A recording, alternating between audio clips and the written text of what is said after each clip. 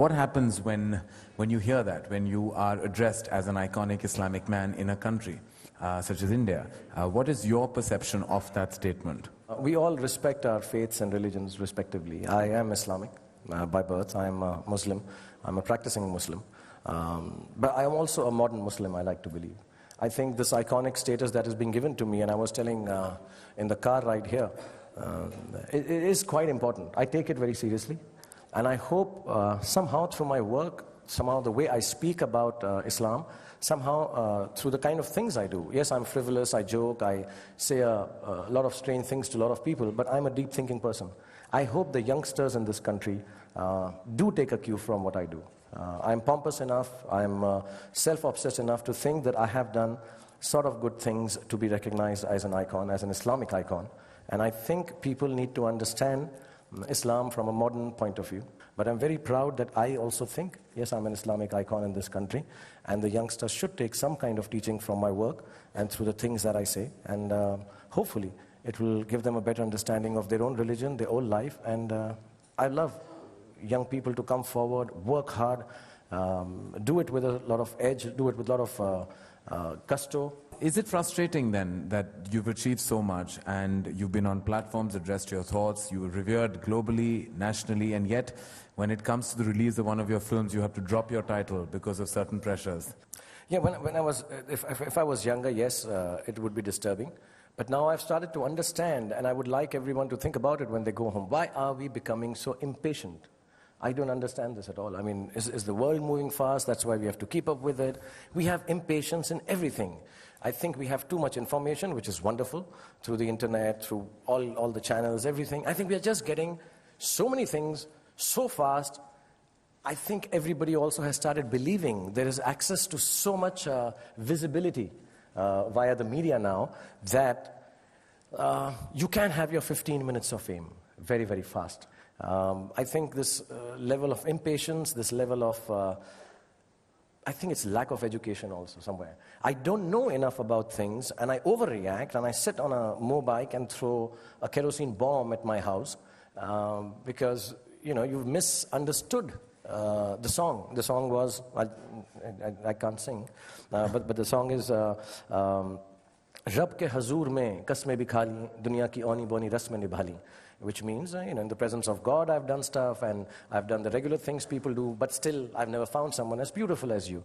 And somebody's misread it as Rab ke hazur ne, and, you know, have thought that we're talking about the great Prophet Muhammad. And I think it's completely wrong. Let's say you are a good Muslim, but let's say you were Shekhar Krishna. SK was Shekhar Krishna. Shekhar Radha Krishna. SRK.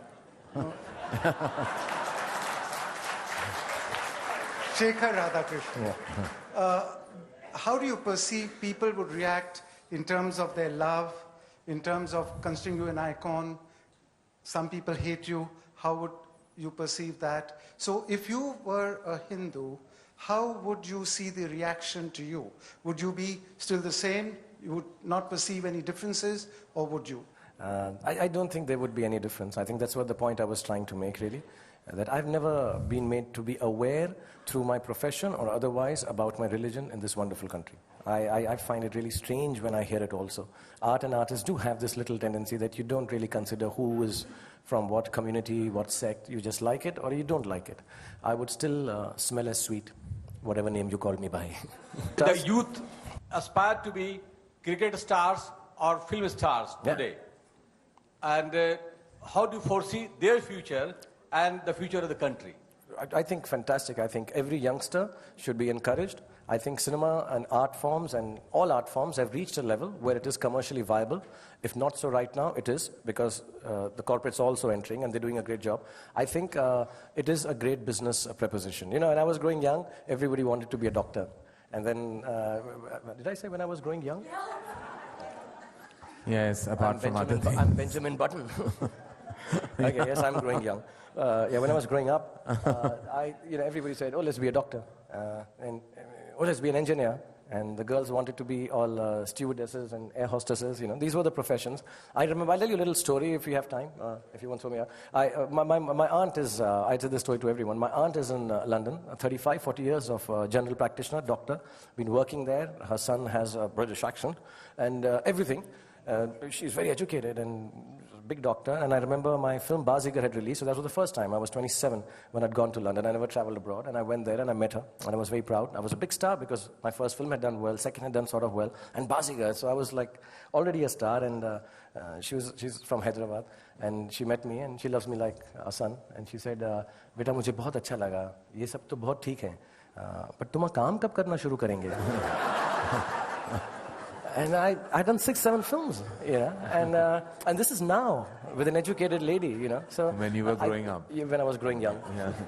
and I think I do would like to point out people like Karan Johar, people like Farhan Akhtar. These are my friends, but even the directors that have Sanjay Bansali, some youngsters have brought in that culture. That it's great to be an actor. I wanted to be a sportsman. I come from a low middle class family. My parents were very nice, they were very good, and they quickly died also, so I didn't have to take permission for too long from them. But I honestly tell you, they never stopped me, but I realized it. I realized it somewhere, that there is no, like my aunt said about acting, about sports. 1.2 billion people in this country, and only 11 will be chosen to play for cricket in India. That's a huge competitive level here. And we don't have enough platforms for sports.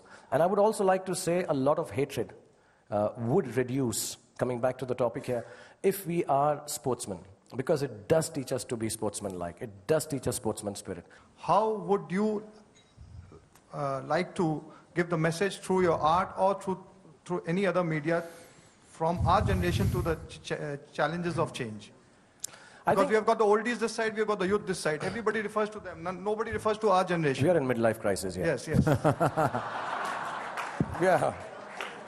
We're in a bad place now. I hope so. You appreciate our position. Yeah, I understand that. Yeah. Girls too young to date.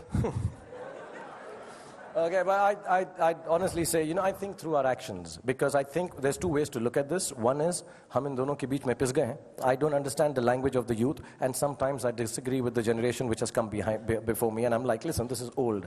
But I think we can also take a look at it. I'm a very positive thinking guy. I have never ever looked at anything which is negative, which is a message I keep passing to the youth of this country. I can be coming last in a race, and I think they'll just say, the race is the other way around. And I'll win it. You know, I'm like that. I think positive till the last minute.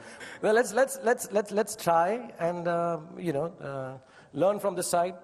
And I think a lot to learn from this side, man. I mean, the words they use nowadays. You know, why are you dissing me? And I think it's very cool to say dude. Did you know it's not cool to say dude anymore? You know, so it's a problem now. And I think what we can do is to look at it positively. That this is not a bad place to be. I think through our actions, we are the best mix. Right now. I think we have our fathers who've told us some really, really nice things. So my father did. I'm sure everybody's father's done. And I think there's some really nice things we can tell our children, though they think it's old-fashioned, but learn a lot from them. I'm doing that. See, in my profession, it is very important. If I don't learn the language of youth, if I don't learn the language of the new cinema, I'm finished. Next Friday, it's over and done with. Let me pose to you, if you were Prime Minister for a term, let's say you were, what would you do? I would go for a holiday right now. In a place nobody knows. I don't know. I truly believe, just being honest on our own, and this is a very, very big thing for me to say. It's it's not in my place to say something like this, but you know me, I'll say anything. So I truly believe that, just being honest yourself is not an important aspect. I think that the people who work under you in your office, in your house, they also follow the same system. Just not being knowledgeable about the wrongdoings in your office does not in any which way not make you responsible for it. I think if I was the Prime Minister, which is not a bad idea as we sit here, but if I was the Prime Minister, I would make sure, and as I'm sure our Prime Minister is doing, he's a gentleman, he's a wonderful gentleman, I think absolutely above corruption and honest, great gentleman whenever I've met him. And I think he must be doing is to just be able to figure out look at every aspect of the people working under him, under the government, take them out. It will take time. I think what we need to do personally is give time. You know, it requires a lot of time to weed out corruption. It's in the veins and nerves of all of us. It's a part and parcel of our lifestyles. So I would try to do that. But it's a very tall order, and I think we need to give any government which comes into power or which is in power some time to be able to weed it out. As always, honest and simple solutions from Shah Rukh. I could do chaya in the office otherwise. I want to know who brings smile to your face. My in-laws are here, so I won't tell all the names, but... No, but my kids do. My kids bring a lot of smiles to my face. I think I feel really thrilled and happy because when I was being trained as an actor, the first thing I thought of was that I should be able to hold the attention of youngsters, little kids, because they are the most honest audience that you can get in the world, in every aspect of public appearance. So I'm very happy that my kids find me interesting. My daughter's here in Delhi and she just sent me a message, though she loves my mother-in-law. But she just said, I'm getting very bored here, Papa, come and entertain me. So I'm going to go and entertain her. My kids do truly bring the best smiles that I have ever experienced in my life. Do you wish that you could have your privacy back? No, not at all.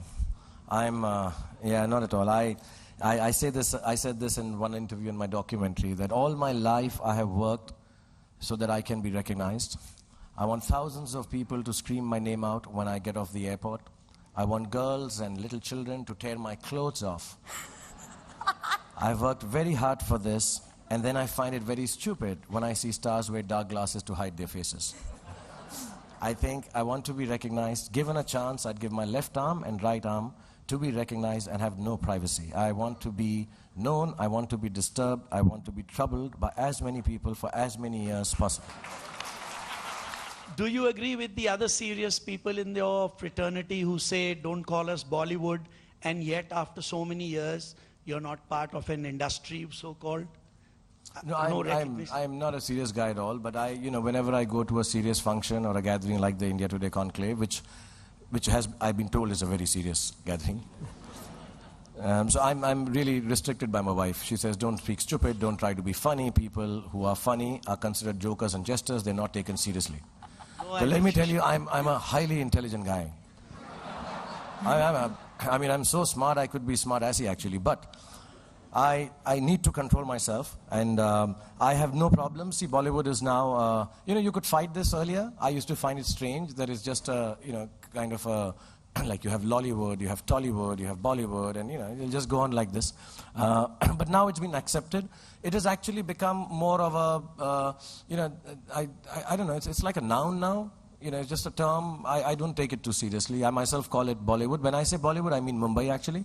The Indian film industry is the right way to talk about cinema in India, I think. So your name is Khan. My name is Björn. I'm from Denmark, so I should not know you, but I do. Worse still, I'm in your age group, so I should ignore you. But I don't.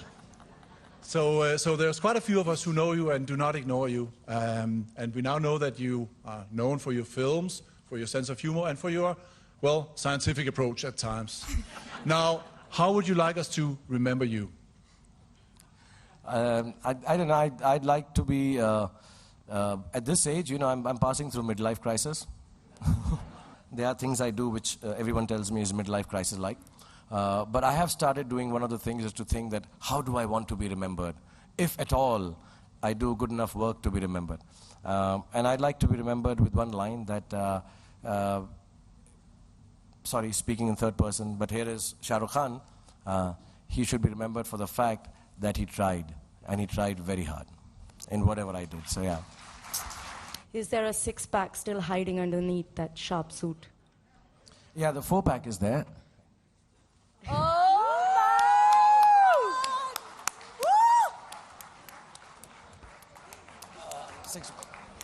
मैं ऐसे बोलते हैं, हमारे दिल्ली में बोलते हैं, हाथ कंगन को आरसी क्या, पढ़े लिखे को फारसी क्या. और भी अगर ज़्यादा इंटरव्यू लेना है तो बता, वो भी दिखा दूंगा मैं. So I have lady bodyguards now. I do, because it was getting very rude when men were pushing women, and they were trying to protect, and women have lovely long nails, and their love hurts, It does, suddenly you come back and then you have so much time explaining to your kids, wife, no, this is a fan, this is a fan, And so, but who scratched you on your bum? This is a fan, this was a short fan. Small fan trying to catch me while I was leaving, So, people call me arrogant, and I'm unapologetic about the same, but how do I handle perception around me? there was a young boy, I've said this story before on public platforms. There was a young boy, and he was standing against a wall, and he wrote on the wall, "I am great." Okay? And people were passing by, and they were looking at him and sniggering, because that's kind of arrogant to say yourself, "I am great." I don't know who are these people who say that. And this little kid was standing there, and then suddenly he thought of himself, and he said, my sister is much more educated. My brother is doing this wonderful job in this corporate sector and earning $1 million or whatever. And he started feeling that his achievements were even less. So he looked at the wall behind him and he said, "I'd like to make it stronger." So he added, "I am the greatest." So all the people who actually feel really small about themselves, like I was telling you, the ordinariness that is actually you in your real life, makes you want to behave arrogant and speak as if you're the greatest. Actually, you should love those people for their frailties and love, and realize that they're really, really weak, like I am, and that's why I say I'm the greatest. Because if, just before they thwart me and they find out how ungreat I am, might as well say it often enough and, hope that people go by it. So don't worry if you're arrogant. If you're arrogant, actually you're very fragile. I'm always putting on a role and putting on a facade in front of people because I don't want them to really know the real me. But in this process, I'm not sure I know the real me anymore because I'm always on. Being a movie star or becoming a creative person or becoming a celebrity has this strangeness attached to it. It is that you start doing a thing which works in the eyes of people. And sometimes you start loving doing that thing. And then suddenly, the eyes of the people change and go somewhere else. And you were like, what happened to the one that I did which everybody loved so much? So what should I do? Should I stick to it and allow my life to just go to waste at something that's not working? So you shift over. You deconstruct yourself. You actually, in a strange sense, get detached from everything that happens around you. And I think one of the things that you say, is it a facade? Am I always on? Do I really know myself? You don't. You're so detached from what you've done outside.